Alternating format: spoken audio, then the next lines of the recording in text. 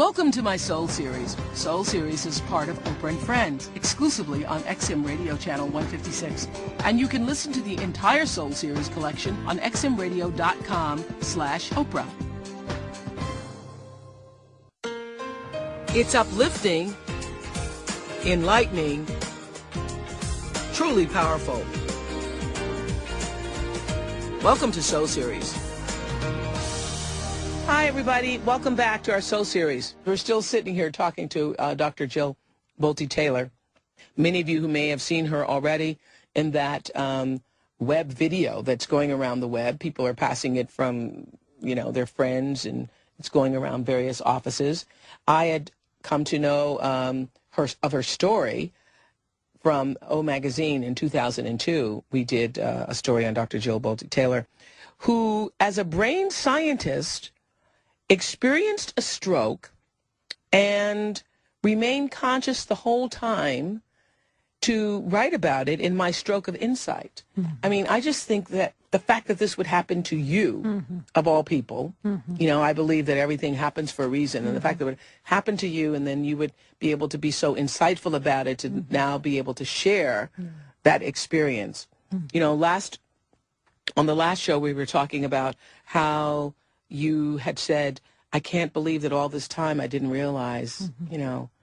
The nature that you were just visiting here. Yeah. Does that feeling remain? Oh, yeah. Mm-hmm. Yeah. I made a pact with myself that I was willing to recover up to a point, mm-hmm. but there were certain things that I wasn't willing to give away, mm-hmm. And that was the knowingness that I could go back and feel that connectedness at any time. That's right. Yeah. So I have that ability. Do you believe that nirvana is just a thought away? It's just a thought away. Nirvana is for all of us. For all of us. So all of this, we've been talking on the web for the mm-hmm. past 10 weeks with Eckhart Tolle about silencing our mind, and he talks mm-hmm. about going into the inner space right. of ourselves. Right. That's where you were with this stroke. Yes. Yeah. And in my language, that's in the consciousness of the right hemisphere.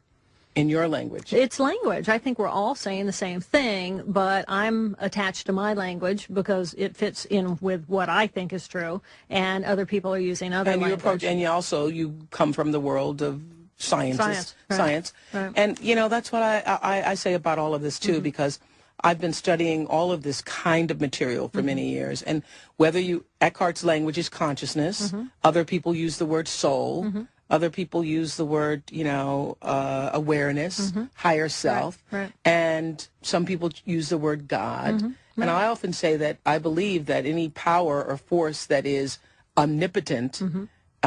Doesn't care what words you choose. Doesn't care at all. So when your left hemisphere went out, mm-hmm. literally, yeah. you lost your left mind. Yeah, I did. Your right mind was still working. Yeah. It gave you the perception to know that you were connected to all that is. Exactly. Yeah. Yeah.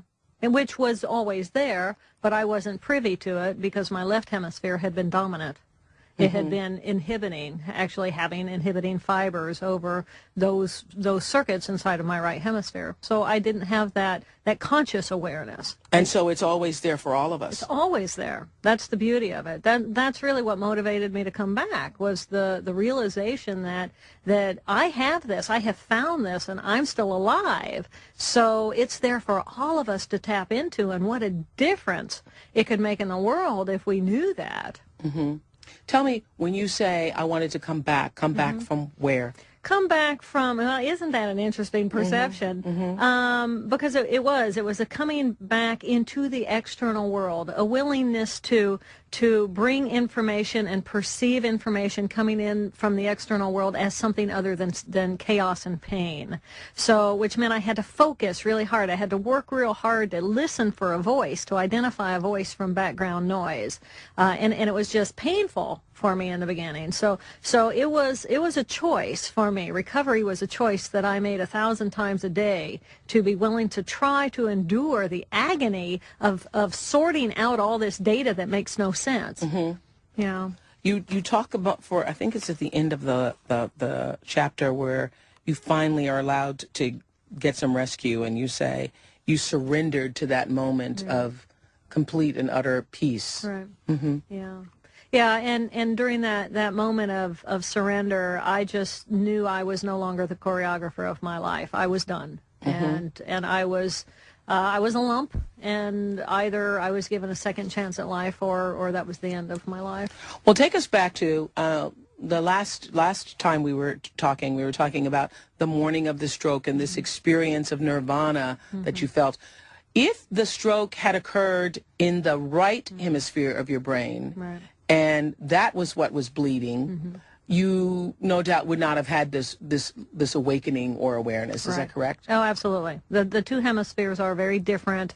I would have maintained language. I would have actually become more focused on language because the portion of my brain that did provide context for me, that would have been disturbed. So I would have been more detailed, more methodical, more caught up in those kinds of details of importance, and found that as very important. And it's important to me to be right, and it's important for me to, what is right and wrong and what is good and bad, and more caught in that kind of thinking pattern. Without the perspective of the right hemisphere. Right. They balance. Yeah, in the normal brain, it balances me. Yeah. So without the perspective of the right hemisphere, it would have just made you all ego?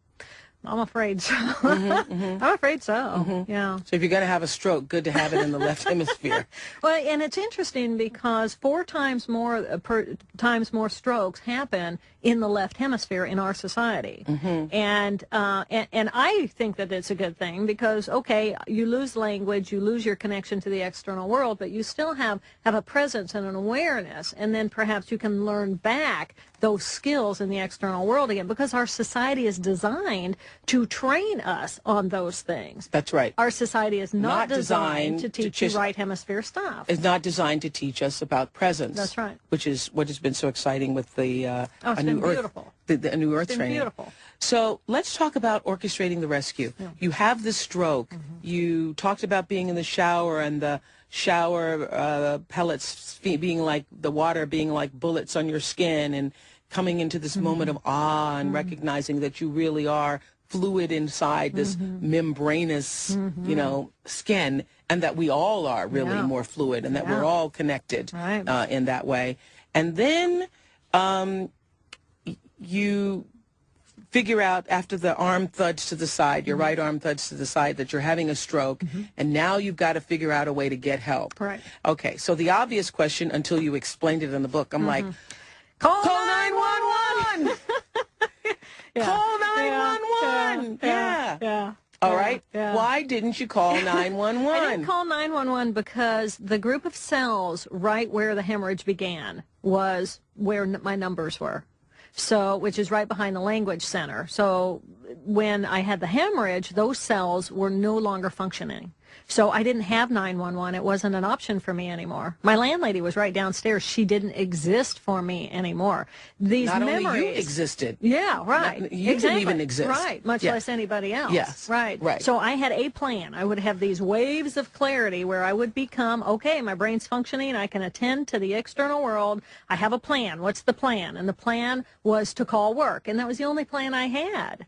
So I couldn't come up with any other plans. So that was the only one I could execute, but I kept going out into right hemisphere consciousness, which is what I affectionately call La La Land, with all respect. Yeah, nirvana. Because that was it was for me, yeah. And nirvana is very enticing and inviting. Who wouldn't want to be there? And so I would drift there, and I would be there, and then I would come back, and it's like, oh, I got to get help, and then I would attend back to what do I have to do? Couldn't remember numbers. Couldn't remember numbers at all. How did you finally call your coworker? I went into my office space and pulled out my 3-inch stack of business cards, because I knew that I had a business card in there. And when I'm looking at the card, though, I couldn't. All I could visualize were pixels. I couldn't see words. I couldn't see background. I couldn't see symbols. So in my because that part of your brain is gone. Because that part of my brain, those circuits aren't working anymore. That's right.